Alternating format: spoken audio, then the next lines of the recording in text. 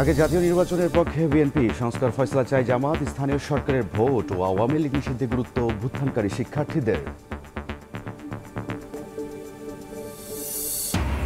3 দিনব্যাপী ডিসি সম্মেলন শুরু হচ্ছে আজ। সর্বোচ্চ গুরুত্ব পাবে দেশের আইন শৃঙ্খলা পরিস্থিতির উন্নয়ন। 354 প্রস্তাবের উপর হবে আলোচনা।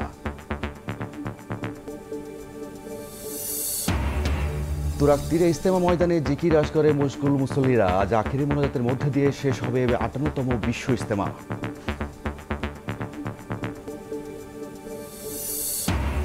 সিলেটে তেলবাহী ট্রেনের বগি লাইনচ্যুত, চলছে উদ্ধার কাজ। সারা দেশের সঙ্গে রেল যোগাযোগ বন্ধ, চরম ভোগান্তিতে যাত্রীরা।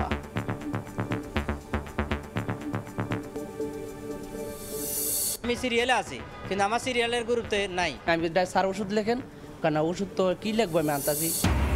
মেডিকেল টেস্টের নামে হয়রানি, বহু বিদেশগামী শ্রমিকের ভিসার মেয়াদ শেষ হয়। স্বাস্থ্য পরীক্ষার জটিলতায় কোটি টাকা হাতিয়ে নিচ্ছে কিছু এজেন্সি। সিন্ডিকেট ভাঙার তাগিদ।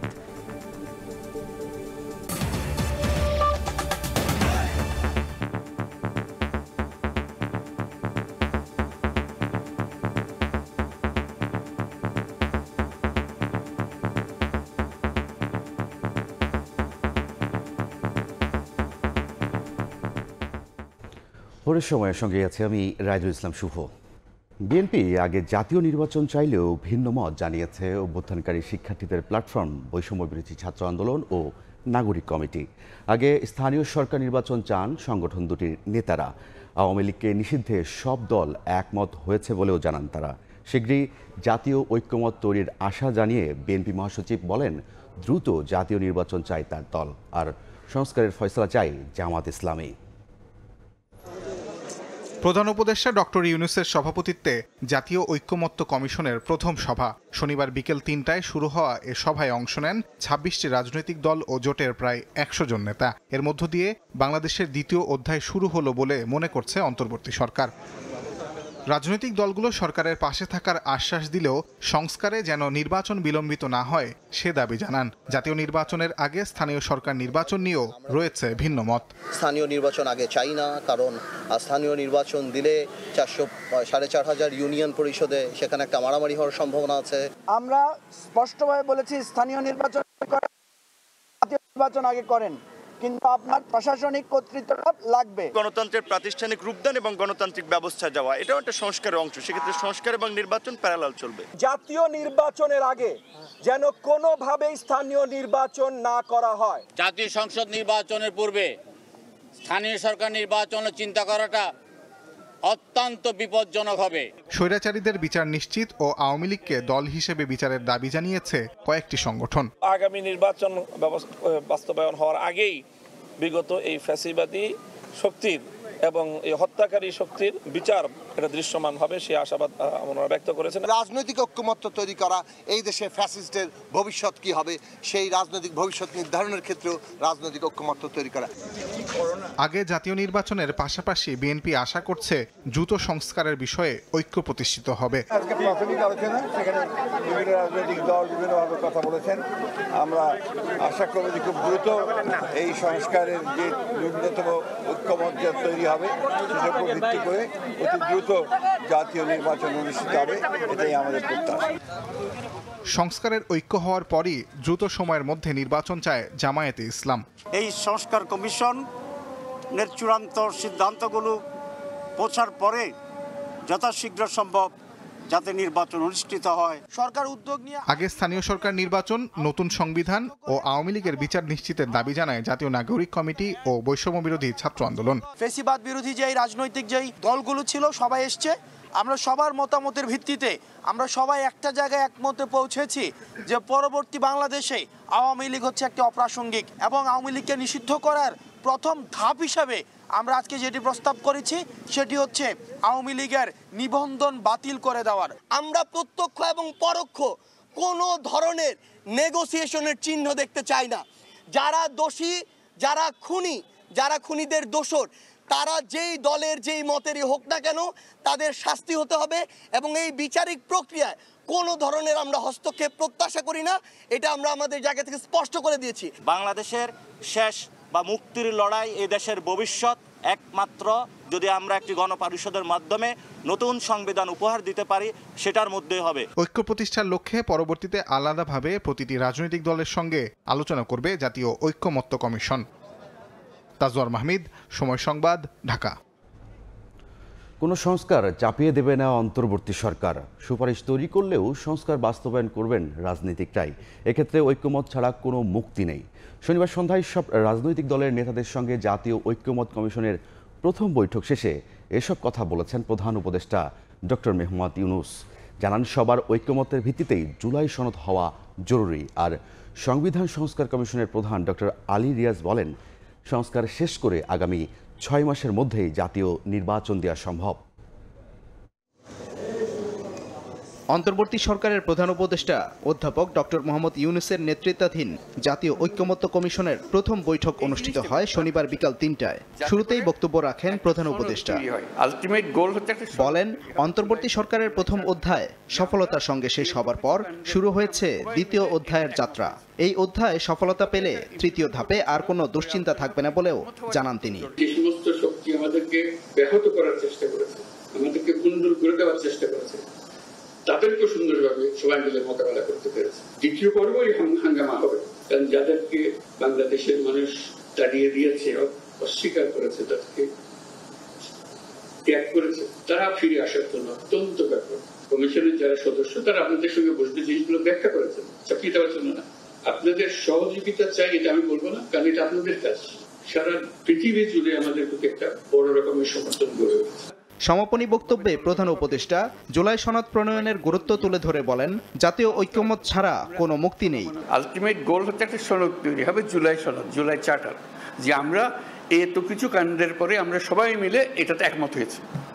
কিভাবে এটা ইমপ্লিমেন্ট করবেন সেটাও পরে আলোচনা হবে, কিন্তু একমত হওয়াটা প্রথম জরুরি। বেশি একমত হয়ে গেলে ইমপ্লিমেন্টেশন প্রসিজিওর এমনিতেই বেরিয়ে আসবে।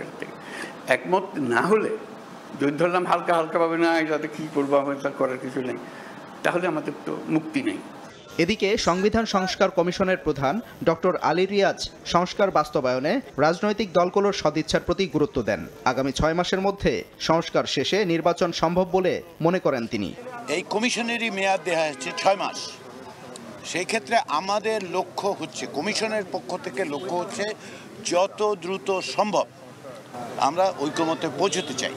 কিন্তু যেহেতু 6টি কমিশনের প্রতিবেদন এবং আমরা এই প্রতিবেদনগুলোর সারাংশ ইতিমধ্যেই রাজনৈতিক দলগুলো দিয়েছি, তারা পূর্ণাঙ্গ প্রতিবেদনগুলো এক অর্থে দেখেছেন, কিন্তু পর্যালোচনা করার জন্য একটু সময় তাদের দিতে হবে এবং আমরা চাই অত্যন্ত দ্রুততার সাথে সংস্কারের মাধ্যমে নতুন বাংলাদেশ বিনির্মাণে সঠিক সময়ে নির্বাচনের বিষয়ে গুরুত্ব দেয় রাজনৈতিক দলগুলো এবং ঐক্যমত্যটা প্রতিষ্ঠা। সাদিকুর রহমান, সময় সংবাদ, ঢাকা। আওয়ামী লীগকে ক্ষমতায় টিকিয়ে রাখতে বিডিআর হত্যাকাণ্ড একটি আন্তর্জাতিক কৌশল ছিল বলে মন্তব্য করেছেন অ্যাটর্নি জেনারেল মোহাম্মদ আসাদুজ্জামান। ইতিমধ্যে অন্তর্বর্তী সরকার হত্যাকাণ্ডের বিচারে কমিশন গঠন করেছে। শেখ হাসিনাকে দেশে ফিরিয়ে এনে বিচারের মুখোমুখি করা হবে বলে জানান তিনি।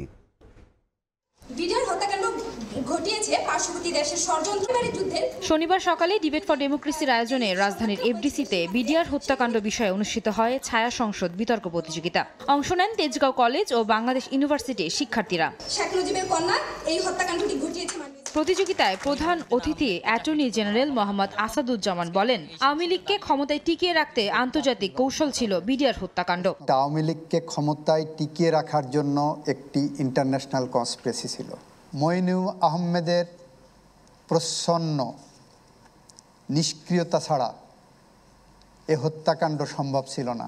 অ্যাটর্নি জেনারেল বলেন, ইতোমধ্যে অন্তর্বর্তীকালীন সরকার বিডিআর হত্যাকাণ্ডের বিচারে কমিশন গঠন করেছে। হাসিনাকে দেশে ফিরিয়ে এনে বিচারের মুখোমুখি করা হবে।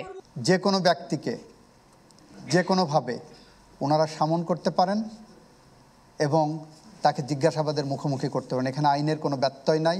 দেশের সার্বভৌমত্ব নষ্ট ও নৈরাজ্যকে দীর্ঘস্থায়ী করতে 57 সেনা সদস্যকে হত্যা করা হয়েছিল বলেও মন্তব্য করেন অ্যাটর্নি জেনারেল।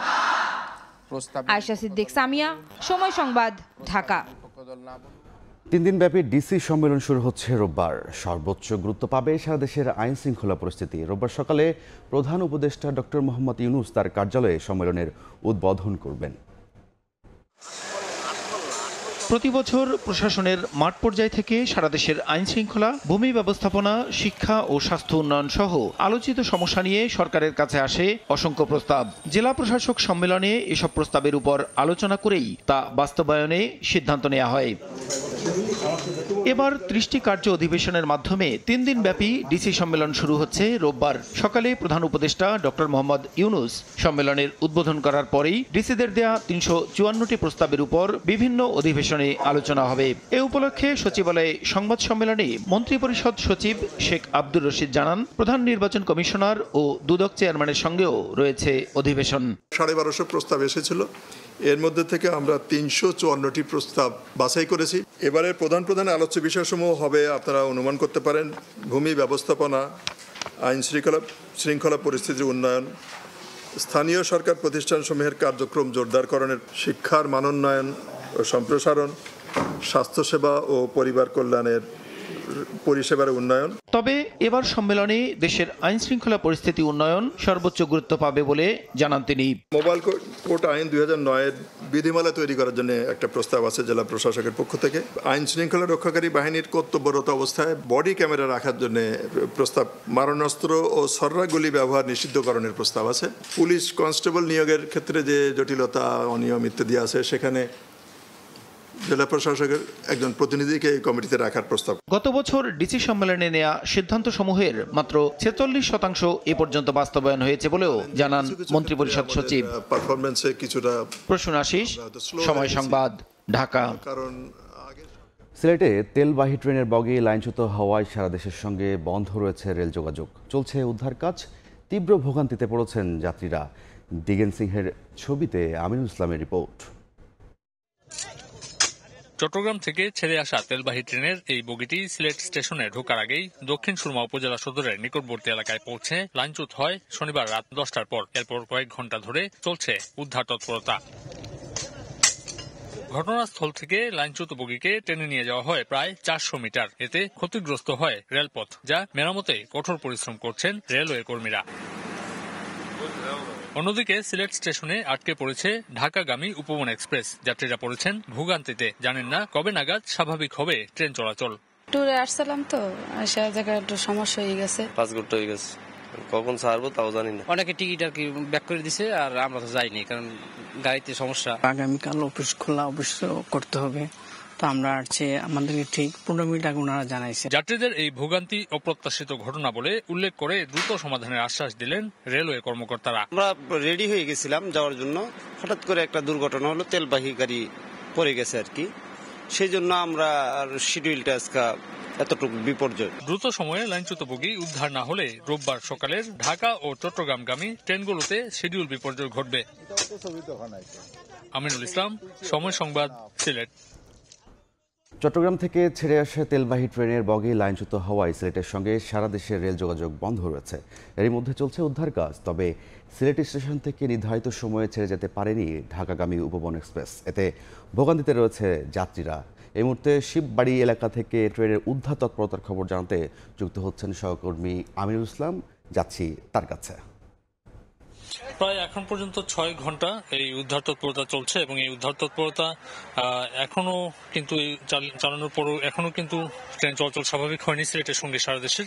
এবং আমরা একটু দেখাই, এই মুহূর্তে কিন্তু যে রিলিফ ট্রেনটি কুলাউড়া থেকে, যে রিলিফ ট্রেনটি আমরা আগেও জানাচ্ছিলাম যে এখনো পর্যন্ত বগির কাছে পৌঁছাতে পারেনি, সেটি বগি পর্যন্ত এসেছে। কেননা মাঝখানে কিন্তু রাস্তা, রেল লাইনটি কিন্তু মেরামতের প্রয়োজন ছিল এবং সেই রেল লাইন মেরামত করার প্রক্রিয়াটি শেষ হয়েছে। এবং এখন আমরা যেটি দর্শকদের দেখাচ্ছি, এটি কিন্তু এই মূল যে উদ্ধার তৎপরতা সেটি কিন্তু শুরু হয়েছে।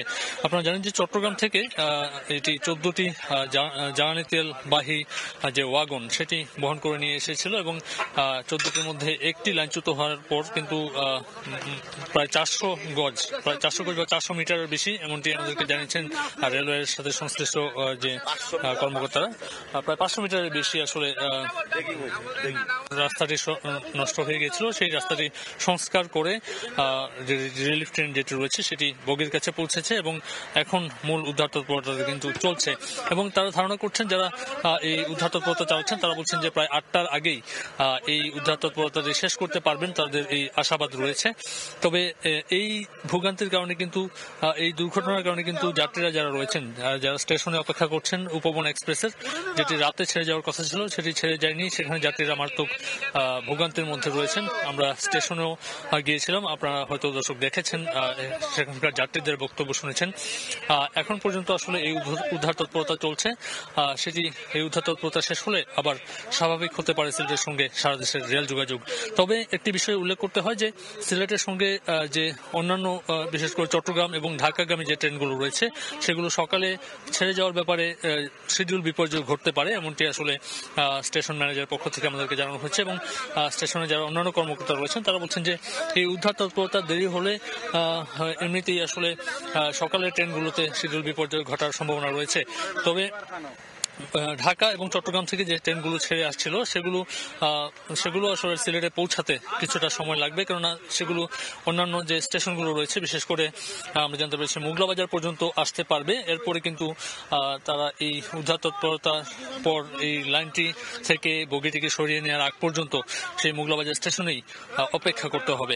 তো এই সব মিলিয়ে আসলে সিলেটের সঙ্গে সারা দেশে বিশেষ করে ঢাকা এবং চট্টগ্রামগামী যে ট্রেনগুলো রয়েছে সেই ট্রেনগুলোতে যাত্রীদের ভোগান্তি আসলে এখনো রয়েছে। তারা জানেন না যে কবে নাগাদ এই ট্রেন চলাচল স্বাভাবিক হবে এবং এই উদ্ধার তৎপরতা শেষ হবে এবং কবে নাগাদ তারা তাদের গন্তব্যে পৌঁছাতে পারবেন। আমরা স্টেশনে অনেক যাত্রীকে দেখেছি যারা কালকে, আপনারা জানেন যে সরকারি ছুটির পর কালকে আসলে অফিস করবেন। তো এই অফিসটি আসলে তারা অনেকেই আসলে অফিস ধরতে পারবেন না এবং অনেকে আসলে চিকিৎসকের টিকিট নিয়ে রেখেছেন, যারা ঢাকায় যাবেন তারা সেই টিকিট আসলে চিকিৎসাটা তাদের নিতে পারবেন না। নানা ধরনের সমস্যা আসলে রয়েছে, সেই সমস্যাগুলো হয়তো এই দুর্ঘটনা কবলিত না হলে আসলে পড়তেন না। তো স্টেশনের যারা দায়িত্বশীল কর্মকর্তা রয়েছেন তারা বলছেন যে দুর্ঘটনা কবলিত হওয়ার কারণে এই শিডিউল বিপর্যয় থেকে শুরু করে সব ধরনের এই সমস্যাগুলো দেখা দিয়েছে। তো দর্শক আসলে আমরা দেখাচ্ছিলাম রাত থেকে আসলে আমাদের সময়ের যে দর্শকরা তারা দেখছেন যে সিলেটের এই দুর্ঘটনার অংশ থেকে আমরা আসলে দেখাচ্ছিলাম এই প্রায় 14টি ওয়াগনের মধ্যে একটি দুর্ঘটনা কবলিত হয়েছে, বাকিগুলো কিন্তু সরিয়ে নেওয়া হয়েছে। এটি উদ্ধার শেষ হলেই কিন্তু সারা দেশের সঙ্গে আবারও স্বাভাবিকভাবে ট্রেন চলাচল শুরু করবে। এই ছিল আসলে আমার কাছ থেকে সিলেটের যে ট্রেন দুর্ঘটনা, সেই দুর্ঘটনার সর্বশেষ। এতক্ষণ ট্রেন দুর্ঘটনার খবর জানছিলাম, সরাসরি যুক্ত ছিলাম সিলেট থেকে। গ্রীষ্মের আগেই বাংলাদেশ পুরো বিদ্যুৎ সরবরাহ শুরু করবে ভারতের আদানি পাওয়ার সূত্রের বরাত দিয়ে তথ্য জানিয়েছে বার্তা সংস্থা রয়টার্স। মঙ্গলবার আদানি ও বাংলাদেশ বিদ্যুৎ উন্নয়ন বোর্ড বিপিডিবির মধ্যে ভার্চুয়াল বৈঠকও হয়েছে। প্রতিবেদনে বলা হয়েছে শীঘ্রই 1600 মেগাওয়াট বিদ্যুৎ সরবরাহ শুরু হবে। তবে এর আগে দাম ও কর ছাড়ের বিষয়ে পিডিবির যে প্রস্তাব দিয়েছিল তা প্রত্যাখ্যান করেছে আদানি। মূল্য পরিশোধের জটিলতার কথা বলে আওয়ামী সরকার পতনের পর গত বছরের 31 আগস্ট বাংলাদেশে বিদ্যুৎ সরবরাহ অর্ধেকে নামায় ভারতের আদানি পাওয়ার। শীত মৌসুমের চাহিদা বিবেচনায় একই বছরের নভেম্বরে বন্ধ করে দেয় 800 মেগাওয়াট ক্ষমতা সম্পন্ন একটি কেন্দ্রের উৎপাদন। তবে বার্তা সংস্থা রয়টার্স এক প্রতিবেদনে দাবি করেছে গ্রীষ্মের আগে পুরোদমে বিদ্যুৎ সরবরাহের বিষয়ে পিডিবির অনুরোধে সাড়া দিয়েছে আদানি, যা কার্যকর হতে পারে আগামী সপ্তাহের মধ্যে। তবে দাম কমানো এবং কর ছাড়ের মতো বিপিডিবির অনুরোধগুলো প্রত্যাখ্যান করেছে ভারতীয় প্রতিষ্ঠানটি। তথ্যসূত্র হিসেবে গত মঙ্গলবার আদানি পাওয়ার পিডিবির ভার্চুয়াল বৈঠক ও 2 জন কর্মকর্তার কথা উল্লেখ করেছে রয়টার্স। রয়টার্স জানায় আদানি পাওয়ার $1 মিলিয়ন কম কোনো ছাড় দিতে রাজি নয়। এক্ষেত্রে সমঝোতার বিষয় জানতে বিপিডিবির চেয়ারম্যান রেজাউল করিমের সঙ্গে যোগাযোগ করে বার্তা সংস্থাটি। যোগাযোগ করা হয়েছিল আদানি পাওয়ারের এক মুখপাত্রের সঙ্গেও, তবে তারা কেউই তাৎক্ষণিক মন্তব্য করতে রাজি হননি। গত ডিসেম্বরে প্রায় পিডিবির কাছে আদানির পাওনা ছিল প্রায় $900 মিলিয়ন, যদিও সংস্থাটির দাবি এর পরিমাণ $650 মিলিয়ন। রয়টার্স বলছে আদানি পাওয়ারের সঙ্গে বাংলাদেশের চুক্তি এবং পরবর্তীতে তৈরি হওয়া বিরোধ দেশটির বিদ্যুৎ খাতের ভবিষ্যতের জন্য অত্যন্ত গুরুত্বপূর্ণ। দুপক্ষের সমঝোতা এবং স্বচ্ছতা বজায় রাখাটা এই সম্পর্কের স্থিতিশীলতার জন্য অপরিহার্য। আগামী দিনগুলোতে বিরোধ নিষ্পত্তি এবং চুক্তির শর্ত পুনর্বিবেচনা বাংলাদেশের বিদ্যুৎ খাতের উন্নয়নে গুরুত্বপূর্ণ ভূমিকা পালন করবে বলে মনে করছেন বিশ্লেষকরা। নাদিম মারজান, সময় সংবাদ। যশোরের ভবদহে জলাবদ্ধতা নিরসনের দাবিতে মানববন্ধন হয়েছে। শনিবার সকালে অভয়নগরের নওয়াপাড়া বাজারে এই মানববন্ধনের আয়োজন করা হয়। বক্তারা বলেন, ভবদহে এই অঞ্চলের মানুষের জন্য অভিশাপ। সরকার বিভিন্ন সময় জলাবদ্ধতা নিরসনে আশ্বাস দিলেও কার্যকারী কোনো উদ্যোগ গ্রহণ করেনি বলেও অভিযোগ তাদের। সমস্যা সমাধানে পানি অপসারণের গুরুত্বপূর্ণ পথ আমডাঙ্গা খালের প্রশস্তকরণ এবং সংস্কার কার্যক্রম দ্রুত বাস্তবায়নের দাবি জানান তারা। এছাড়া যশোর ইপিজেডের বর্জ্য অপসারণের জন্য তৈরি খাল আমডাঙ্গা খালের সঙ্গে সংযুক্ত না করার দাবিও জানান তারা।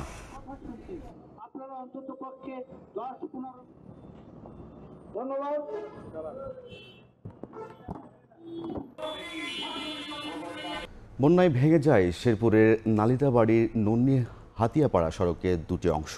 ওই এলাকার 20টি গ্রামের প্রায় 40,000 মানুষকে 15 কিলোমিটার অতিরিক্ত পথ ঘুরে যেতে হচ্ছে জেলা শহরে। পরিদর্শন শেষে প্রকল্প অনুমোদনের জন্য পাঠানো হয়েছে। দ্রুত মেরামত আশ্বাসের সড়ক বিভাগের। শেরপুর থেকে শহীদুল ইসলাম হীরার তথ্য ও বাবু চক্রবর্তী তোলা ছবি নিয়ে রিপোর্ট। ভয়াবহ বন্যায় ভেঙে যায় শেরপুরের নালিতাবাড়ির নন্নি হাতিপাগার সড়কের দুইটি অংশ। সড়কটি বিধ্বস্ত হওয়ার 4.5 মাস পেরিয়ে গেলেও যোগাযোগ ব্যবস্থা সচল করতে বিকল্প কোনো ব্যবস্থা নেয়নি সড়ক ও জনপথ বিভাগ। ফলে অতিরিক্ত প্রায় 15 কিলোমিটার রাস্তা ঘুরে উপজেলা ও জেলা শহরে যাতায়াত করতে হচ্ছে এলাকাবাসীর। শুধু তাই নয়, জেলার 2টি গুরুত্বপূর্ণ পর্যটন কেন্দ্রের পর্যটক এবং নাকগাঁও স্থলবন্দরের শ্রমিক ব্যবসায়ী সহ প্রায় 1 ডজন শিক্ষা প্রতিষ্ঠানের শিক্ষক ও শিক্ষার্থীদের যাতায়াত করতে ঘুরতে হয় কয়েক কিলোমিটার। সড়কটি দ্রুত মেরামতের দাবি ভুক্তভোগীদের। সময় লাগে যে জায়গা 20 মিনিট, ওই জায়গা লাগতেছে এখন 40 মিনিট। আমার অনেক কষ্ট হইতেছে। আগে ওই দিক থেকে অটো দিয়ে উঠতাম, এখন অটো দিয়ে উঠতে পারতাছি না। ছোট বাচ্চাদের চলাফেরা করতে কষ্ট হয়। এই রাস্তাটা যাতে অতি শীঘ্রই ঠিক করে দেওয়া হয়, যাতে আমরা সঠিক সময়ে কলেজটা যেতে পারি। বন্যায় ক্ষতিগ্রস্ত অংশ পরিদর্শন করে প্রকল্প অনুমোদনের জন্য পাঠানো হয়েছে। শিগগিরই মেরামতের আশ্বাস সড়ক বিভাগের। 2টি কালভার্টের আমাদের অনুমোদন হয়ে গেছে, আমরা প্রাক্কলনও পাঠিয়ে দিয়েছি। প্রাক্কলন অনুমোদন হওয়া মাত্র আমরা আশা করতে পারি আমরা পরবর্তী সপ্তাহে টেন্ডার প্রসেসে যেতে পারবো। গত বছরের অক্টোবরে ভারতের মেঘালয় থেকে নেমে আসা পাহাড়ি ঢলে শেরপুরের নালিতাবাড়ির নন্নি হাতিপাগার সড়কের 2টি অংশে প্রায় 350 মিটার সড়ক পানির তোড়ে ভেঙে যোগাযোগ বিচ্ছিন্ন হয়। সময় সংবাদ, শেরপুর। জামালপুরে ভূমি অধিগ্রহণ জটিলতায় থমকে আছে নানিন্দা সেতু নির্মাণ কাজ। 2 বছরে সেতুটির কাজ হয়েছে মাত্র 50%। এতে দুর্ভোগ থেকে মুক্তি পাচ্ছে না কয়েক লাখ মানুষ। দ্রুত কাজ শেষ করার দাবি এলাকাবাসী। তবে এলজিডি বলছে ভূমি অধিগ্রহণের জন্য উদ্যোগ নেওয়া হয়েছে। জাহাঙ্গীর আলমের তথ্য ও আবুল কালাম আজাদের ছবি নিয়ে রিপোর্ট।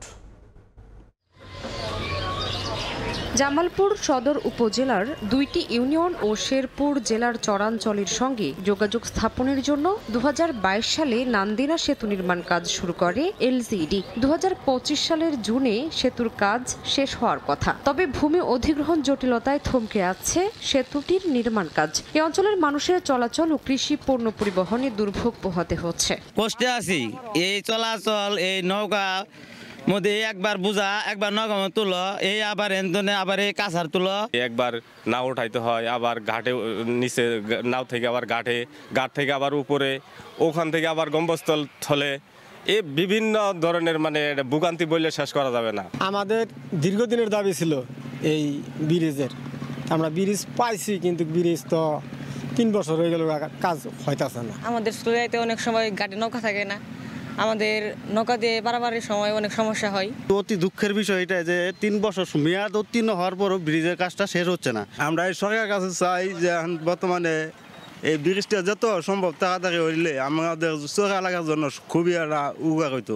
এলজিডি বলছে জমি অধিগ্রহণের জন্য প্রয়োজনীয় তথ্য সংগ্রহ করা হয়েছে। বরাদ্দ পেলে দ্রুত সেতুটির নির্মাণ কাজ সম্পন্ন করা হবে। আমাদের জমি অধিগ্রহণের বরাদ্দ পাওয়া গেলে আমাদের এই ব্রিজটি আমরা নির্ধারিত সময়ে সমাপ্ত করতে সক্ষম হবে বলে আশা করি। ৬০৬ মিটার দৈর্ঘ্যের সেতুটির নির্মাণ ব্যয় ধরা হয়েছে ১৬০ কোটি টাকা। সময় সংবাদ, জামালপুর। দুপুর 12টায় আখেরি মোনাজাতের মধ্যে দিয়ে শেষ হচ্ছে ৫৮তম বিশ্ব ইজতেমা। বাদ ফজর দিনী দাওয়াত পরিচালনার নানা দিক ঝালাই করে নিচ্ছেন মুসল্লিরা। এই মুহূর্তে টঙ্গীর তুরাগ তীরে আছেন রিপোর্টার আলামিন তুষার এবং কামারপাড়া ব্রিজে আছেন সহকর্মী সাদিকুর রহমান। সরাসরি প্রথমে যাচ্ছি তুষারের কাছে। কিছুক্ষণ আগেই কিন্তু এখানে ফজরের যে জামাত, সেই জামাত কিন্তু অনুষ্ঠিত হলো এবং এখন এই মুহূর্তে ফজরের নামাজের পরে যেই বয়ান হওয়ার কথা, সেই বয়ান কিন্তু চলছে। ভারতের নিজামুদ্দিনের যে একজন মাওলানা কিন্তু এখানে এসেছেন এবং এই বাদ ফজরের যে বয়ান, সেটি কিন্তু তিনি আসলে পরিচালনা করছেন। আমরা যেমনটা জানতে পেরেছি যে মাওলানা মোরসালেন যিনি আছেন, তিনি কিন্তু এই বয়ানটি করছেন এবং তার এই বয়ান বাংলায় তর্জমা করে শোনাচ্ছেন মাওলানা ওসামা ইসলাম।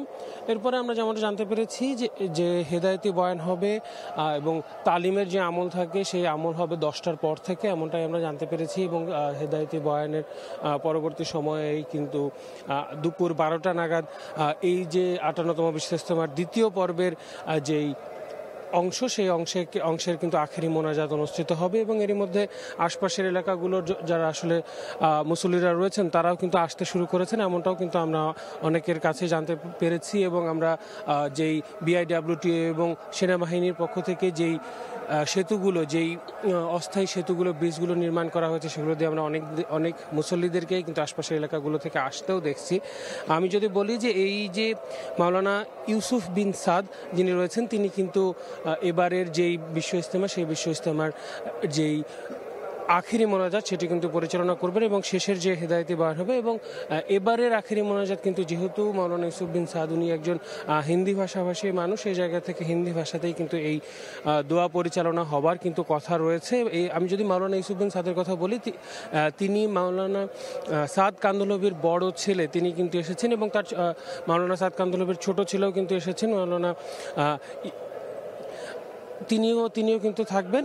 এবং এই যে তিনি যে বয়ান করবেন, সেই বয়ানের বাংলা তর্জমা করবেন মাওলানা মুনির বিন ইউসুফ। এবং আমরা যেমনটা বলছিলাম যে এই বয়ানের মধ্য দিয়ে শেষ যে হেদায়েতি বয়ান থাকে সাধারণত, সেই বয়ানের মধ্য দিয়ে এবং এখন যে ফজরের পরে যে বয়ান হচ্ছে, এই 3 দিনে মুসল্লিরা যা শিখলেন সেই সবগুলোকে আসলে আবারও সারমর্ম করে মুসল্লিদের আবারও মনে করিয়ে দেওয়া হয় এবং তারা যে দিনের দাওয়াত নিয়ে বিভিন্ন জেলায়, দেশে 3 মাস, 4 মাস, 40 দিন, 1 বছরে যে দিনের দাওয়াত নিয়ে বের হবেন, সেই দাওয়াতে আসলে তার কি আদব হবে, কিভাবে তারা তাদের এই দাওয়াতি কাজ পরিচালনা করবেন, কি জিনিস মাথায় রেখে তারা তাদের দাওয়াতি কাজ পরিচালনা করবেন, এই সকল কিছু কিন্তু আবারও এই 2 বয়ানের মধ্য দিয়ে কিন্তু এবং এই তাদেরকে অর্থাৎ মুসল্লিদেরকে জানিয়ে দেওয়া হবে, আবারও মনে করিয়ে দেওয়া হবে। এবং মুসল্লিদের সঙ্গেও আমরা যখন সকালে এসে কথা বলছিলাম নামাজের পরপর, তারা কিন্তু বলছিলেন যে তারা আসলে এখান থেকে যা শিখলেন, সেই সব কিছুই কিন্তু সামনে আসলে পৌঁছে দেওয়ার চেষ্টা করবেন। এবং যারা আসলে মুসল্লিরা রয়েছেন, তারা প্রত্যেকে তাদের চাওয়া মহান সৃষ্টিকর্তা আল্লাহ তাআলার নৈকট্য অর্জন এবং পৃথিবীতে এই যে শান্তির ছায়াতলে, ইসলামের শান্তির ছায়াতলে যেন প্রতিটি মুসলমান আসতে পারে, প্রতিটি বিশ্বের মানুষ আসতে পারে, তেমনটাই তাদের চাওয়া। তো এই মুহূর্তে কামারপাড়া ব্রিজ এলাকায় আছেন আমার আরেক সহকর্মী সাদিকুর রহমান। তিনি আসলে সেখানকার পরিস্থিতি আমাদেরকে জানাবেন। আখেরি মোনাজাতে অংশ নিতে মুসল্লিরা কিভাবে আসছেন। তৃতীয় পর্বের আখেরি মোনাজাত আজকে ফজরের নামাজের পর থেকে এখন চলছে বয়ান এবং আজকে মূলত মাওলানা সাদ পন্থীদের আজকে আখেরি মোনাজাত অনুষ্ঠিত হবে। ইজতেমার সব যেই আনুষ্ঠানিকতা আছে সেটা কিন্তু চলছে। আমরা আজকে শেষ দিন যেটা দেখতে পাচ্ছি যে আসলে ভোরবেলায় এই কুয়াশাচ্ছন্ন যেই সকালে এখানে কিন্তু লাখ লাখ মানুষ জড়ো হয়েছেন, যেটা দূর থেকে যেটা দেখতে পাচ্ছেন যে আসলে তাঁবুতে তারা এখানে অবস্থান নিয়ে এখানে কিন্তু আসলে বয়ান চলছে। আজকে 9টা পর্যন্ত মূলত বয়ান অনুষ্ঠিত হবে এবং এর পরবর্তীতে কিছু সময় বিরতি দিয়ে মোনাজাত অনুষ্ঠিত হবে। এবং আজকে মাওলানা সাদের যে বড় ছেলে মাওলানা ইউসুফ বিন সাদ, তিনি মোনাজাত পরিচালনা করবেন এবং উর্দু এবং আরবি দুইটি ভাষায় আজকে মোনাজাত তিনি পরিচালনা করার কথা রয়েছে। আমরা আসলে প্রতি বছরই দেখি যে আসলে আখেরি মোনাজাত এবং বিশ্ব ইজতেমার সকল আনুষ্ঠানিকতায় কিন্তু অংশ নেন বিদেশি মেহমানরা কিন্তু আসেন, সেটা কিন্তু এবার আমরা দেখেছি। এবং এখানে আজকে এইবারে যে তৃতীয় পর্বের আখেরি মোনাজাত, এই আজকে এখানে মানুষের মধ্যে যেহেতু এটা একদম শেষ পর্ব, স্থানীয় অনেক মানুষ কিন্তু এখানে এসেছেন দেশের বিভিন্ন প্রান্ত থেকে, বিশেষ করে মাওলানা সাদপন্থীদের যারা আছেন তারা কিন্তু এখানে এসেছেন এবং এবারের বিশ্ব ইজতেমায় কিন্তু যেই শবে বরাত কিন্তু এই পর্বে কিন্তু পড়েছে। আমরা আসলে এখানে যারা মুসল্লিগণ এসেছেন তাদের সঙ্গে কথা বলেছিলাম, তারা যেটা বলছেন যে আসলে খুব সুন্দরভাবে সুষ্ঠুভাবেই সব কার্যক্রম চলছে বিশ্ব ইজতেমার এবং তারা দুনিয়া এবং আখিরাতের কল্যাণে দোয়া করবেন। এখানে দেশের শান্তি কামনায়, সার্বিক নিরাপত্তায় কিন্তু আল্লাহ তাআলার কাছে দোয়া চাইবেন। এবং এখানে আমি সার্বিকভাবে আরেকটা বিষয় জানিয়ে রাখি, আইনশৃঙ্খলা বাহিনী কিন্তু পর্যাপ্ত সদস্য এখানে মোতায়েন করা হয়েছে। এখানে যে খিত্তাগুলি আছে এই এক একটা এলাকা অনুযায়ী কিন্তু ভাগ করা আছে, সব সেই সুশৃঙ্খলভাবেই কিন্তু মুসল্লিগণ এখানে অবস্থান নিয়েছেন। এবং এখানে যেই মুসল্লিরা এবং বিদেশি যেই মেহমানরা এসেছেন, প্রায় 700 মেহমান এখানে উপস্থিত হয়েছেন বলে এখান থেকে জানানো হয়েছে। এর মধ্যে কিন্তু আলজেরিয়া, বাহরাইন, কম্বোডিয়া, কানাডা থেকে শুরু করে পাকিস্তান, সৌদি আরব, সিঙ্গাপুর, বিভিন্ন দেশ থেকে কিন্তু মুসল্লিরা এসেছেন। এবং এখানে যেটা বলা হচ্ছে যে এখানে বিভিন্ন ধরনের বয়ান কিন্তু করা হচ্ছে, যেখানে দুনিয়া আখিরাতের কল্যাণ কামনা করা হচ্ছে। এবং এর আগে কিন্তু আরও 2টি পর্ব হয়েছে, সেখানে মাওলানা জুবায়ের পন্থীদের পর্বগুলো শেষ হয়েছে এবং শেষ পর্বে গিয়ে মাওলানা সাদপন্থীদের আজকের এই আয়োজন। এবং একটা বিষয় জানিয়ে রাখি যে এইখানে প্রতি বছর যে মুসল্লিরা আসেন তাদেরকে আসলে সার্বিক নিরাপত্তা দেওয়ার জন্য এবং এই ইজতেমাকে খুব সুন্দরভাবে পরিচালনা করার জন্য এখানে কিন্তু স্বেচ্ছাসেবকদের টিম আছে, সেই টিম কিন্তু খুব সুন্দরভাবে কাজ করছে। এখানে তাঁবু গলি যেখানে আছে, এখানে নির্দিষ্ট স্থান আছে যেখানে সব কিছু ব্যবস্থা করা হয়েছে, প্রতিটি আলাদা আলাদা করে বিভিন্ন এলাকার জন্য কিন্তু সব কিছু নির্ধারণ করা আছে। আমরা আসলে কিছুক্ষণ পরই যেটা বলা হচ্ছে যে প্রায় 12টা নাগাদ, 12টার আগেই আখেরি মোনাজাত অনুষ্ঠিত হবে এবং মাওলানা সাদের বড় ছেলে তিনি কিন্তু এই মোনাজাত পরিচালনা করবেন। এবং এই মোনাজাতে দেশবাসী এবং বিশ্ববাসীর জন্য কল্যাণ কামনা করা হবে এবং ব্যক্তিগত পর্যায়েও কিন্তু দোয়া মানে গুনাহ মাফ করে কল্যাণের জন্য কিন্তু মুসল্লিরা দোয়া করবেন। এবং সার্বিকভাবে সবকিছু সুষ্ঠুভাবে পরিচালিত হচ্ছে। এই ছিল এখান থেকে সবশেষ তথ্য। 58তম বিশ্ব ইজতেমার খবর জানাচ্ছিলেন আমাদের 2 সহকর্মী, প্রথমে আলামিন তুষার, পরবর্তীতে সাদিকুর রহমান। কিশোরগঞ্জের ভৈরবে অনিয়মের অভিযোগে 3টি খাদ্য প্রতিষ্ঠানকে 4 লাখ টাকা জরিমানা করেছে নিরাপদ খাদ্য কর্তৃপক্ষ। শনিবার দুপুরে শহরের রানীবাজার ও পঞ্চবটি বউবাজার এলাকায় এই অভিযান পরিচালনা করেন বিশুদ্ধ খাদ্য আদালতের senior judicial magistrate Mohammad Ariful Islam. তিনি জানান, অস্বাস্থ্যকর পরিবেশে খাদ্য উৎপাদন ও প্রয়োজনীয় কাগজপত্র না থাকায় খাজা ফুড প্রোডাক্টসকে 2 লাখ টাকা, মেসার্স হক অটোমুড়ি ফ্যাক্টরি ও তালুকদার ফুড প্রোডাক্টসকে 1 লাখ টাকা ও মোল্লা ফুড প্রোডাক্টসকে 1 লাখ টাকা জরিমানা করা হয়। এছাড়া ভ্রাম্যমাণ আদালত পরিচালনায় অসহযোগিতা করায় মুন্না মুম্বাই ফুড প্রোডাক্টসের মালিক আব্দুর রহমানকে আদালতে হাজিরের নির্দেশ দেওয়া হয়।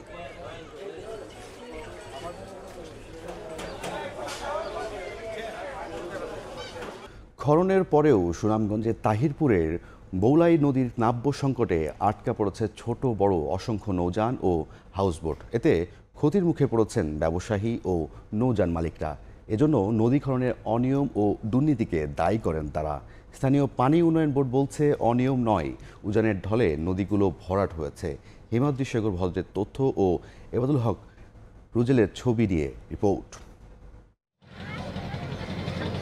পাখির চোখে দেখে বোঝার উপায় নেই নদী নাকি খাল, এমনই অবস্থা সুনামগঞ্জের তাহিরপুরের বৌলাই নদীর। 73 কিলোমিটার দীর্ঘ বৌলাই নদীতে ভরা বর্ষায় 45 মিটার প্রস্থে পানি প্রবাহিত হলেও শুষ্ক মৌসুমে 4 মিটার প্রস্থে পানি প্রবাহিত হয়ে পরিণত হয় সরু খালে।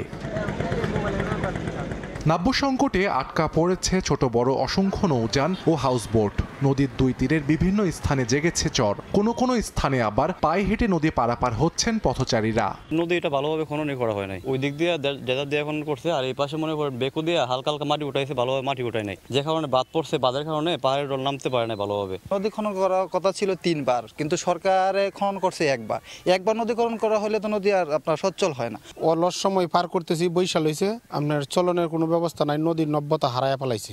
বাংলাদেশ পানি উন্নয়ন বোর্ডের অধীনে 2019-20 অর্থ বছরে বৌলাই নদীর 6700 মিটার অংশ খনন করা হয়। এতে ব্যয় হয় 7,32,00,000 টাকা। স্থানীয়দের অভিযোগ, নদী খননে অনিয়ম দুর্নীতির জন্য দেখা দিয়েছে নাব্য সংকট। সরকারি টাকা কোনো কাজও লাগছে না, তো বিল তুললে নিছে তোমার খামসারি মেশিন দিয়ে তুললে নৌকলই আমরা বুঝে থাকি, আমরা হাওড় অঞ্চলে মানুষ বেকার, মালামালের নৌকা আইতে অনেক সমস্যা হয়। স্থানীয় পানি উন্নয়ন বোর্ড বলছে অনিয়ম নয়, উজানের ঢলে নদীগুলো ভরাট হয়েছে।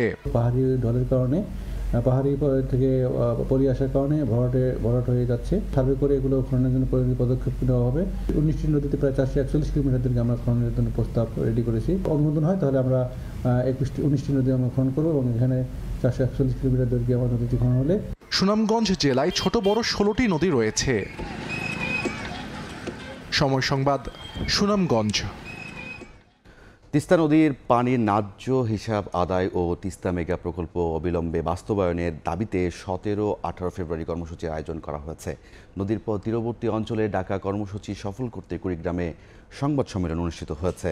শনিবার বিকেলে জেলা শহরের মুক্তিযোদ্ধা কমপ্লেক্স ভবনে সংবাদ সম্মেলন করে তিস্তা নদী রক্ষা আন্দোলন জেলা কমিটি। বক্তারা বলেন, 2 দিনব্যাপী কর্মসূচিতে বিএনপির ভারপ্রাপ্ত চেয়ারম্যান তারেক রহমান ভিডিও কনফারেন্সের মাধ্যমে বক্তব্য রাখবেন। এছাড়া বিএনপির কেন্দ্রীয় নেতারা উপস্থিত থাকবেন।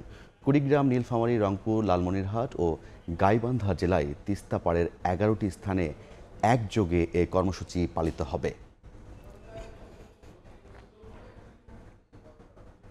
সিলেটের তামাবিল স্থলবন্দর দিয়ে ব্যাপক হারে কমেছে পাথর আমদানি। ব্যবসায়ীরা বলছেন, ওজনের সময় পাথরের সঙ্গে চলে আসা মাটি ও বালু ছাড় না দেওয়ায় আমদানি থেকে মুখ ফিরিয়ে নিচ্ছেন তারা। এতে বিপাকে পড়েছেন বন্দর কেন্দ্রিক প্রায় 2000 শ্রমিক। ওজন নীতিমালায় কোনো ছাড় দেওয়া হবে না বলে জানিয়েছে বন্দর কর্তৃপক্ষ। উপমনিকের রিপোর্টে ছবি তুলেছেন দিগেন সিংহ। ভারত থেকে ট্রাক ভর্তি পাথর সিলেটের তামাবিল ও শেওলা স্থলবন্দর দিয়ে আসছে বাংলাদেশে। তবে গেল 2 মাস ধরেই অনেকটাই কমে গেছে ব্যস্ততা।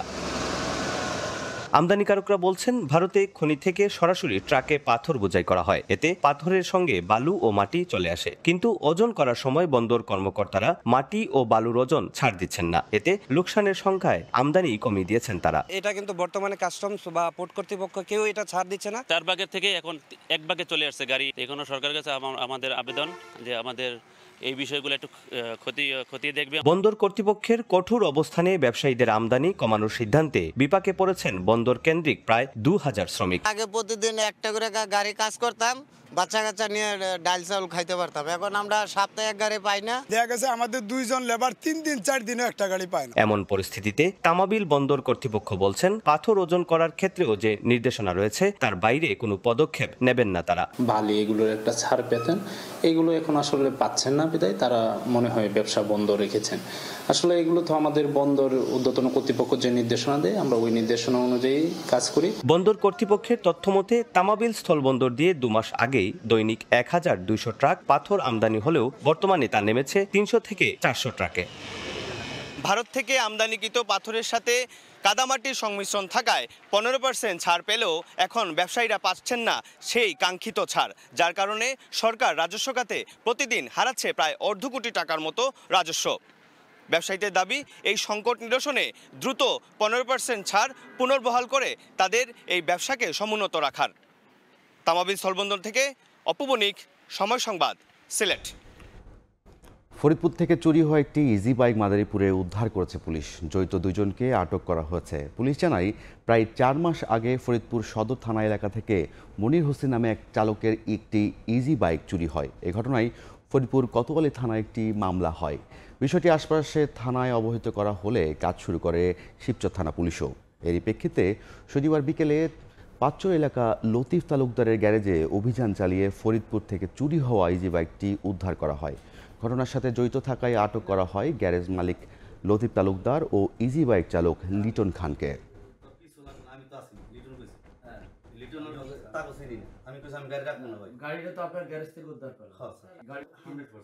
নেত্রকোনায় আবর্জনা প্রক্রিয়াজাতকরণের প্রয়োজনীয় যন্ত্রাংশ না স্থাপন করেই উদ্বোধন করা হয় স্যানিটারি ল্যান্ডফিল। এতে কোনো কাজেই আসছে না স্থাপনাটি। আবর্জনায় ভরাট হয়েছে ল্যান্ডফিলটির আশপাশ। দুর্গন্ধ আর আবর্জনা পুরনো ধোঁয়ায় সৃষ্টি হয়েছে বায়ু দূষণে অতিষ্ঠ এলাকাবাসী। পৌর কর্তৃপক্ষ বলছে স্থাপনাটি কার্যকরী করতে যোগাযোগ করা হচ্ছে ঊর্ধ্বতনদের সঙ্গে। আবু সুফিয়ানের তোলা ছবিতে আলপনা বেগমের রিপোর্ট। শতভাগ নির্মাণ শেষ হওয়ার আগেই করা হয় উদ্বোধন। এখন কোনো কাজেই আসছে না নেত্রকোনা শহরের বর্জ্য ব্যবস্থাপনায় স্থাপিত স্যানিটারি ল্যান্ডফিলটি।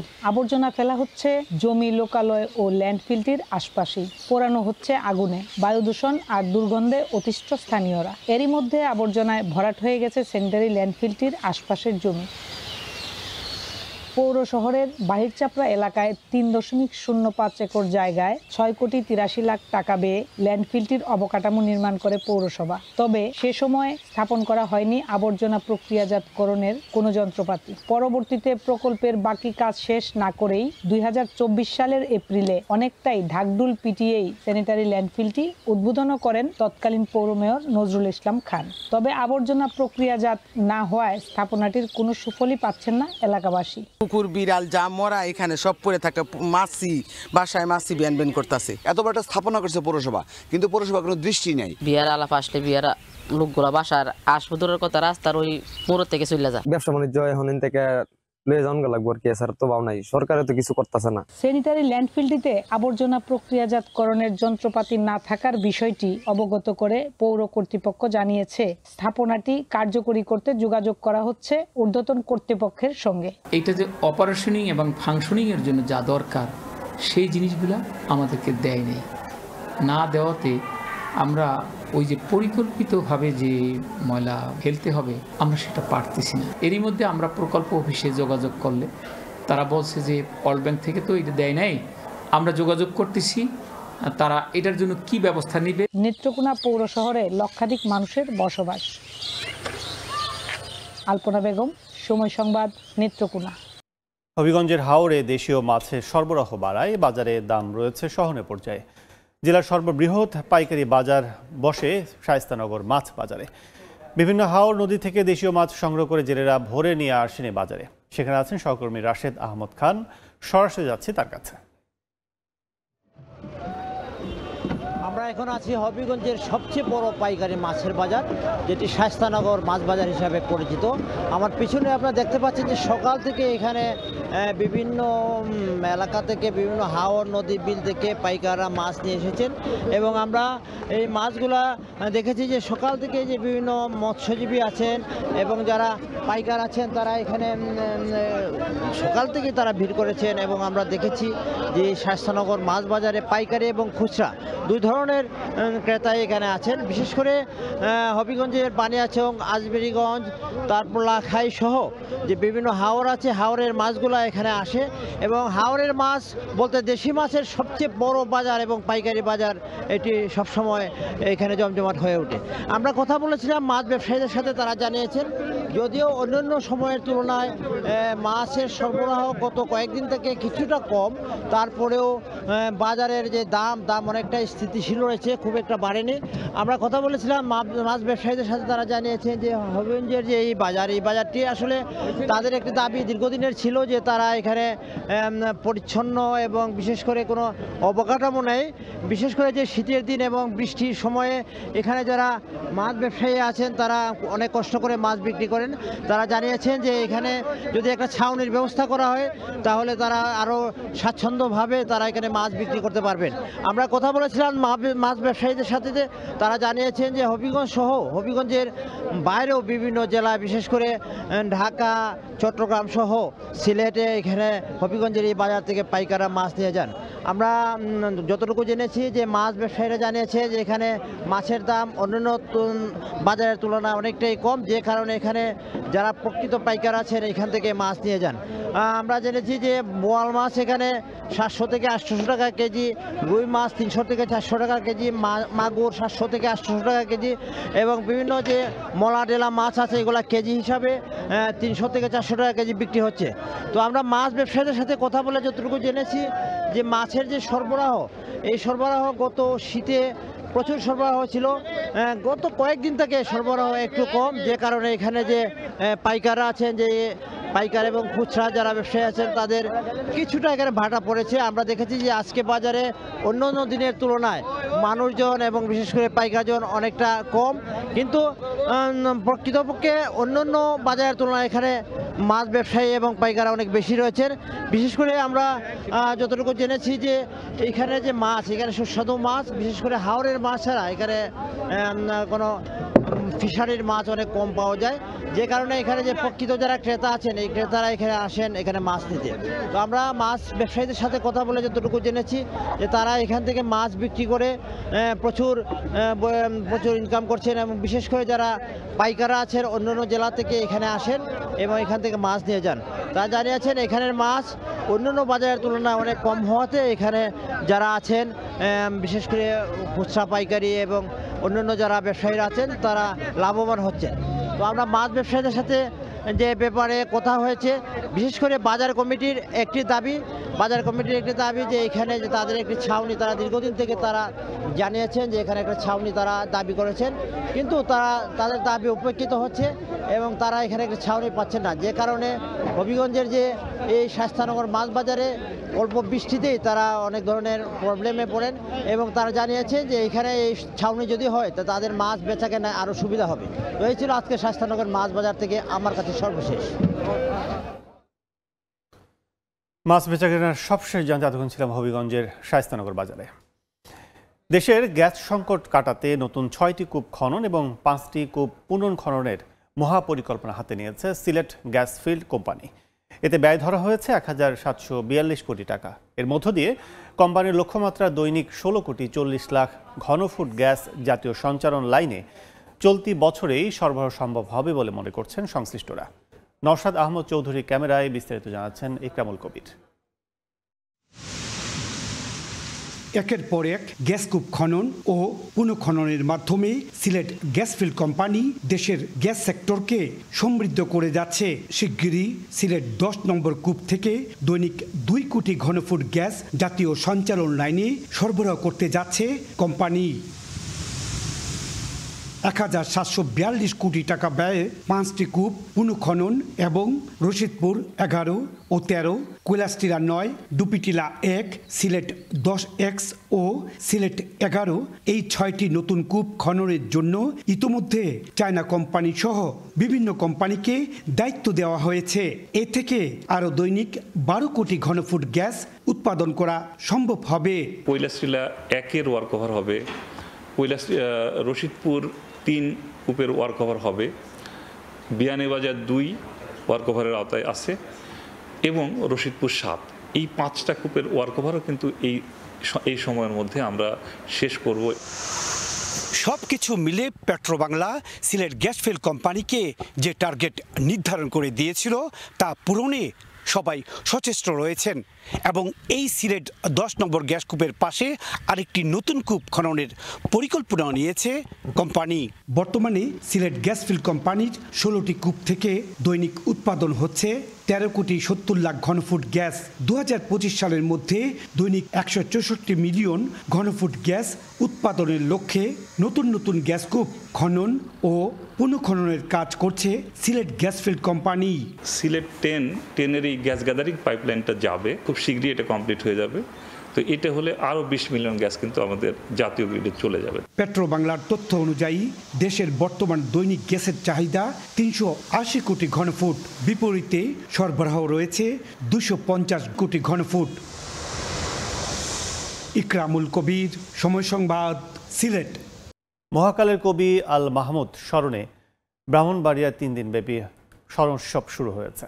শনিবার বিকেলে ব্রাহ্মণবাড়িয়া শহরের নিয়াজ মোহাম্মদ উচ্চ বিদ্যালয় মাঠে এই স্মরণ উৎসবের উদ্বোধন করেন কবি আল মাহমুদ গবেষণা কেন্দ্র ও স্মৃতি পরিষদের প্রধান উপদেষ্টা ও জেলা বিএনপির সাবেক সভাপতি হাফিজুর রহমান মোল্লা কোচি। এতে প্রধান অতিথি হিসেবে উপস্থিত ছিলেন আন্তর্জাতিক মাতৃভাষা ইনস্টিটিউটের মহাপরিচালক অধ্যাপক মোহাম্মদ আসাদুজ্জামান।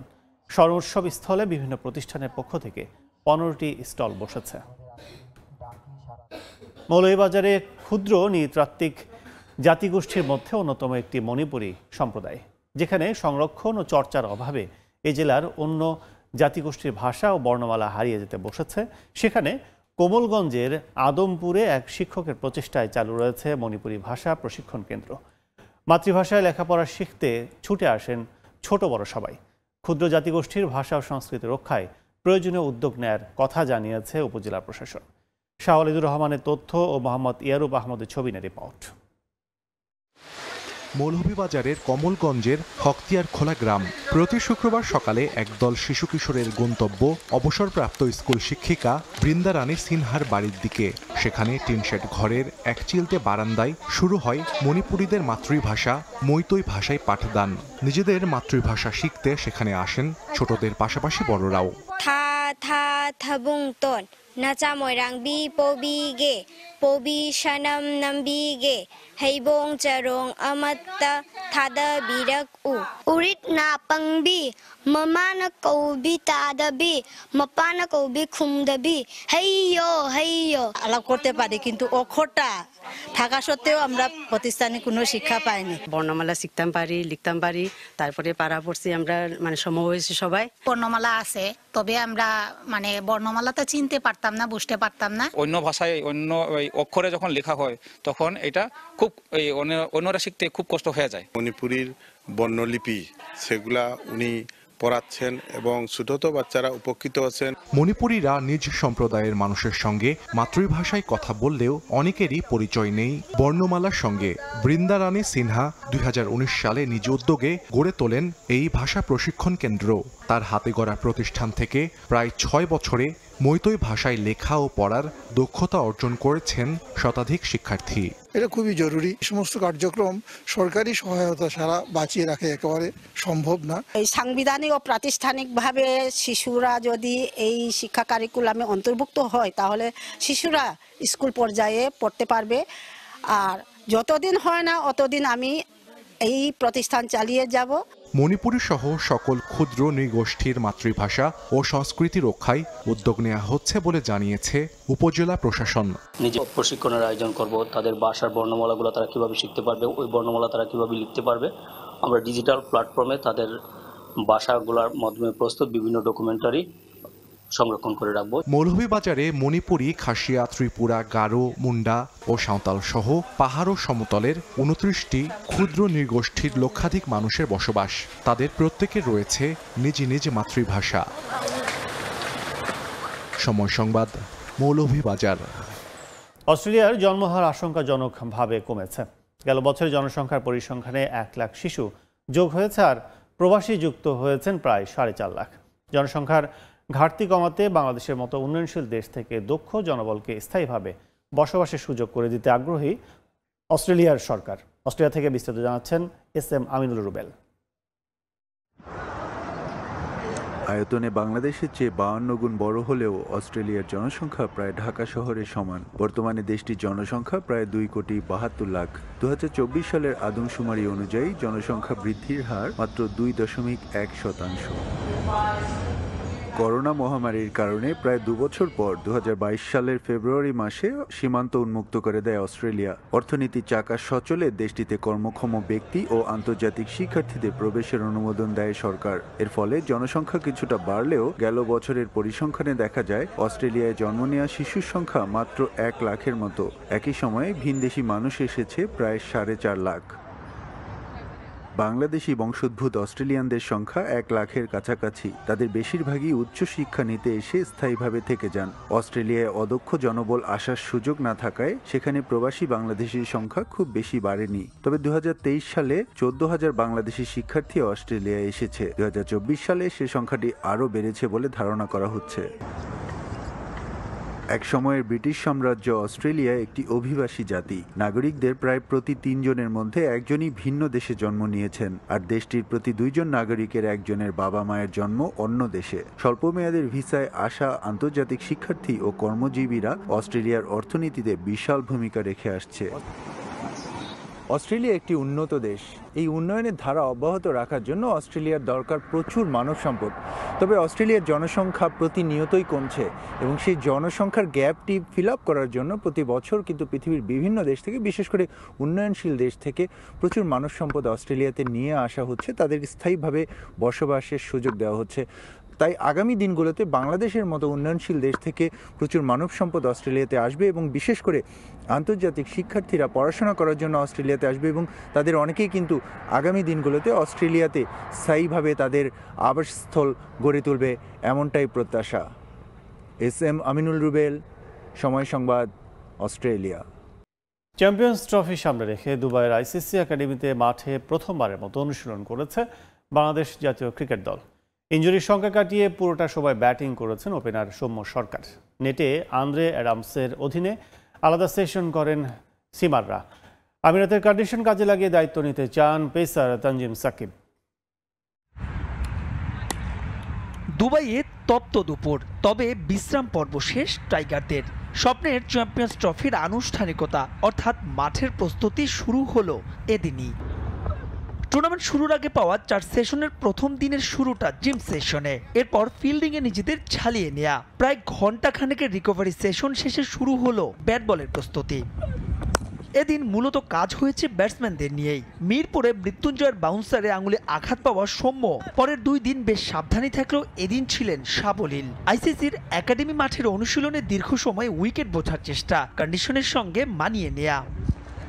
ধারণা করা হচ্ছে এবারের চ্যাম্পিয়ন্স ট্রফিতে বইবে রানের ফোয়ারা, তবে সেখানে এক্স ফ্যাক্টর হবেন পেসাররা, নতুন বলে যারা ঘুরিয়ে দেবেন মোমেন্টাম। প্রথম দিনের অনুশীলনে 4 সিমার, তাসকিন, তানজিদ, নাহিদ আর মোস্তাফিজকে তাদের দায়িত্ব বুঝিয়ে দিয়েছেন pace bowling coach Andre Adams. আমাদের রিকভারি খুব ভালো হয়েছে আর আসে প্র্যাকটিস করার পরে আরো বডিটা অনেক, আমাদের প্রথম প্র্যাকটিস সেশন খুবই ভালো গেছে। প্রথমে আমরা জিম করলাম, তারপরে নেট প্র্যাকটিস সেশন হলো, খুবই ভালো গেছে। ব্যাটিং, বোলিং, ফিল্ডিং সব ডিপার্টমেন্টে আমরা করেছি, সো খুব ভালো একটা ফিল হচ্ছে। এদিন বেশ ফুরফুরে মেজাজে দেখা গেছে টাইগার অধিনায়ক নাজমুল হোসেন শান্তকে। নির্বাচক আব্দুর রাজ্জাক আর হেড কোচ ফিল সিমন্সের সঙ্গে তার এমন মুহূর্ত কিছুটা হলেও নির্ভর করছে সমর্থকদের। তবে পাকিস্তান শাইন্সের বিপক্ষে টুর্নামেন্টের আগে খেলা একমাত্র প্রস্তুতি ম্যাচে নিজেদের গেম প্ল্যান সেট করতে চায় দল। প্র্যাকটিস ম্যাচটা থেকে আমরা মেইন ম্যাচের প্রিপারেশনটা নিয়ে নিব এবং উইকেট সম্পর্কে যত বেশি ইনফরমেশন নেওয়া যায় এবং কোন বল এখানে বেশি কাজ করতেছে, কোন লেন্থে বল করলে ব্যাটসম্যানরা স্ট্রাগল করতেছে, ওই জিনিসগুলো আমরা ডিড করার চেষ্টা করব প্র্যাকটিস ম্যাচ। 20 ফেব্রুয়ারি ভারতের বিপক্ষে ম্যাচ শুরু স্থানীয় সময় দুপুর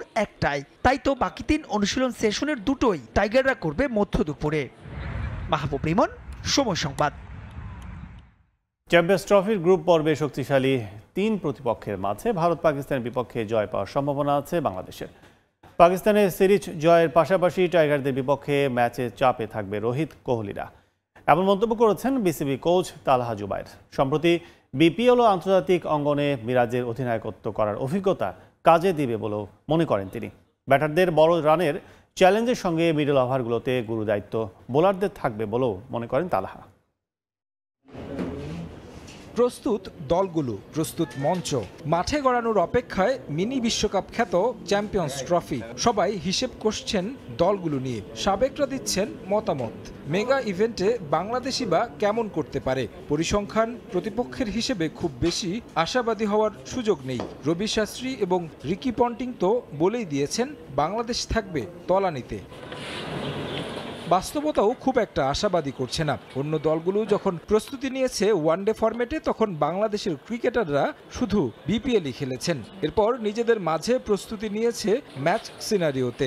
সেই অনুশীলনের অংশ ছিলেন বিসিবি কোচ তালহা জুবায়ের। দল নিয়ে আশাবাদী সাবেক এই পেসার। ইন্ডিয়ার সঙ্গে আমরা যখনই খেলি আমাদের কিন্তু এমন একটা আশা থাকে যে আমরা যাইও ওই পর্যন্ত, সো ফিনিশটা হয়তো বা করতে পারি না। তো আই হোপ যে আমরা ওই ফিনিশটা এবার করতে পারবো আর পাকিস্তানকে হারানোটা সম্ভব। সদ্য সমাপ্ত বিপিএলে খুলনা টাইগার্সের কোচের দায়িত্বে ছিলেন তালহা। দলকে নিয়ে গেছেন শীর্ষ 4-এ। যে দলের অধিনায়কের দায়িত্বে ছিলেন অলরাউন্ডার মেহেদী হাসান মিরাজ। ওয়েস্ট ইন্ডিজ সফরে টেস্ট ও ওয়ানডেতে অধিনায়কত্ব করেছেন। আসন্ন মেগা ইভেন্টে পেয়েছেন সহ অধিনায়কের দায়িত্ব। মিরাজের সেই অভিজ্ঞতা কাজে লাগবে বলে মনে করেন বিসিবির এই কোচ। আপনি যখন একটা এরকম বড় ধরনের টুর্নামেন্টে যান, এই জিনিসগুলো ম্যাটার করে, যে জিনিসটা খুব ভালো আছে। এবং মিরাজের অবশ্যই যে এক্সপিরিয়েন্সটা হয়েছে, ভালো হোক খারাপ হোক, আমরা হয়তো ফাইনালে যেতে পারি না, কিংবা আমরা যেভাবে করে এসেছি দলটা নিয়ে, মিরাজের অনেক অবদান ছিল। সো মিরাজের ওই এক্সপিরিয়েন্সগুলো তো অবশ্যই কাজে লাগবে। বাংলাদেশের জন্য সবচেয়ে বড় চ্যালেঞ্জ হবে মিডল ওভারে উইকেট নিয়ে আসা। ব্যাটসম্যানদের উপর বাড়তি দায়িত্ব থাকবে দলকে বড় সংগ্রহ এনে দেওয়ার। 3টা ডিপার্টমেন্টই আপনার ভালো খেলতে হবে, কারণ উইকেট ফ্ল্যাট মানেই যে আপনি মানে নেমেই রান করে দিবেন সেটাও কিন্তু না, কারণ আপনার এই চ্যালেঞ্জটা সবসময় থাকবে। অপোনেন্টরাও আপনাকে নিয়ে প্ল্যান করে আসবে। সো আমরাও যদি ওরকম সুন্দর একটা প্ল্যান করে যেতে পারি এবং এটা এক্সিকিউট করতে পারি, তাহলে আমার মনে হয় চ্যালেঞ্জটা ওইখানেই থাকবে যে আমি ওই ধরনের উইকেটে ওরকম অপোনেন্টের সাথে মিড ওভারগুলোতে কতটা ড্যামেজ কন্ট্রোল করতে পারছি, কিংবা ওরা যখন অ্যাটাকিং খেলছে তখন কতটা ড্যামেজ কন্ট্রোল করতে পারছি। গেল কয়েক বছরের তুলনায় এবার ড্রেসিং রুমের পরিবেশ ভালো বলেও মনে করেন এই সাবেক ক্রিকেটার। তারেক হাসান শিমুল, সময় সংবাদ, ঢাকা। চ্যাম্পিয়ন্স ট্রফি নিয়ে রিকি পন্টিংয়ের সঙ্গে একমত প্রোটিয়া কিংবদন্তি এবি ডিভিলিয়ার্স। আসন্ন টুর্নামেন্টে বাংলাদেশকে সেমিফাইনালে দেখছেন না তিনিও। তবে মিস্টার 360 ডিগ্রির মতে আসলে চমক দেখানোর সব সামর্থ্য আছে টাইগারদের। শান্তর অধিনায়কত্ব আর মুশফিক রিয়াদের অভিজ্ঞতা মেগা এই টুর্নামেন্টে টাইগারদের জন্য দারুণ ইতিবাচক বলেও মত ডিভিলিয়ার্সের। ওয়ানডে ফরম্যাটের সেরা 8 দলের টুর্নামেন্ট, মিনি বিশ্বকাপে তাই কেউই নয় স্পষ্টত ফেভারিট। গেলবার সেমিতে খেলা বাংলাদেশের লক্ষ্য শিরোপায়, অন্তত দেশ ছাড়ার আগে তেমনটাই জানিয়ে গেছেন টাইগার কাপ্তান। কিন্তু বাস্তবতার নিরিখে আদৌ কতটুকু সম্ভাবনা আছে শান্তর দলের শিরোপা জয়ের, হচ্ছে সেই আলোচনাও। কদিন আগে টাইগারদের চাইতে চ্যাম্পিয়ন্স ট্রফিতে আফগানিস্তানকে এগিয়ে রেখেছিলেন অজি গ্রেট রিকি পন্টিং। এবার সেই সুরে সুর মেলালেন প্রোটিয়া কিংবদন্তি এবি ডিভিলিয়ার্স। তবে পন্টিং এর মতো অতটা কাঠখোট্টা নয়, যুক্তি দিলেন নিজের মতের পক্ষে। বাংলাদেশ দারুণ একটা দল, যথেষ্ট ব্যালেন্স। তবুও আমার মনে হয় না তারা টুর্নামেন্ট জেতার মতো কোনো দল।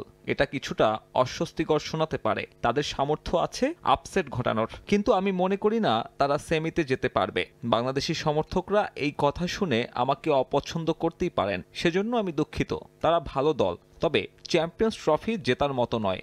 চ্যাম্পিয়ন্স ট্রফি দিয়েই আইসিসির সম্ভাব্য শেষ কোনো টুর্নামেন্টে খেলবেন রিয়াদ মুশফিক।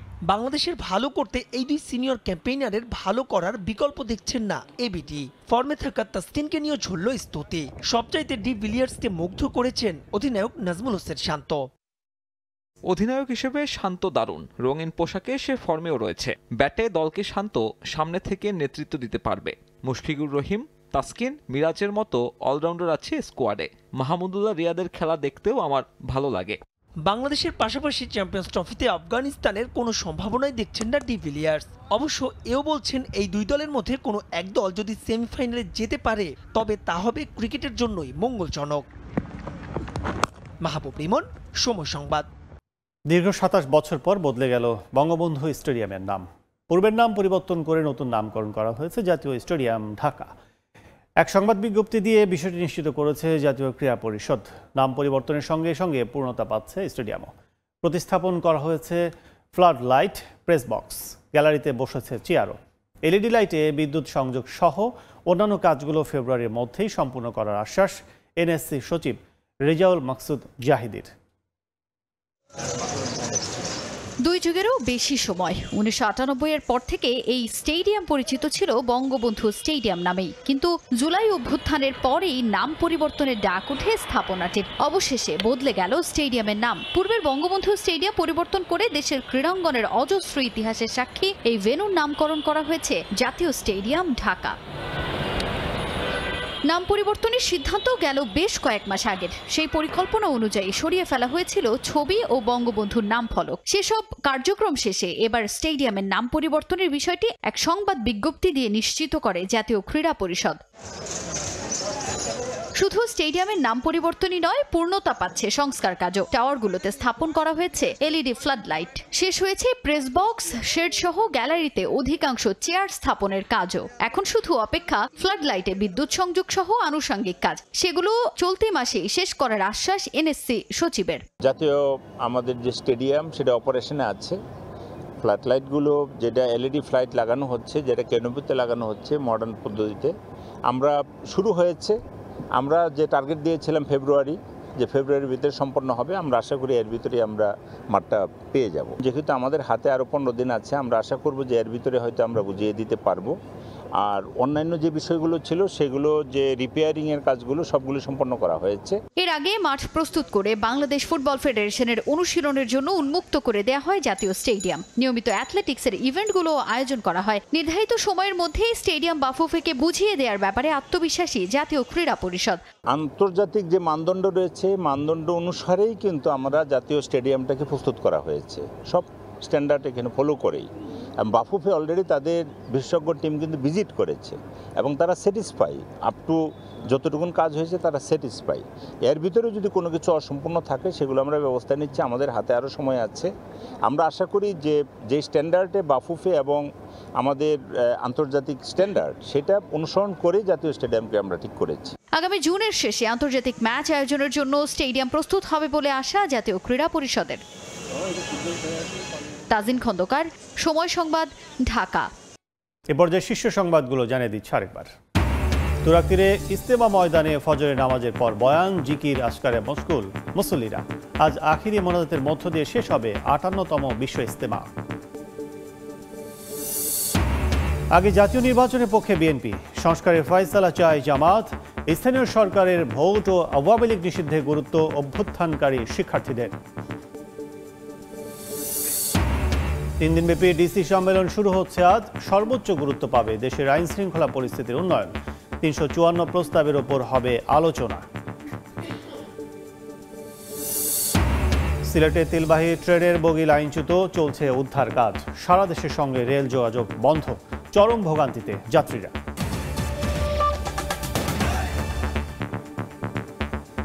এই ছিল ভোরের সময়, সঙ্গে থাকুন সময়ে।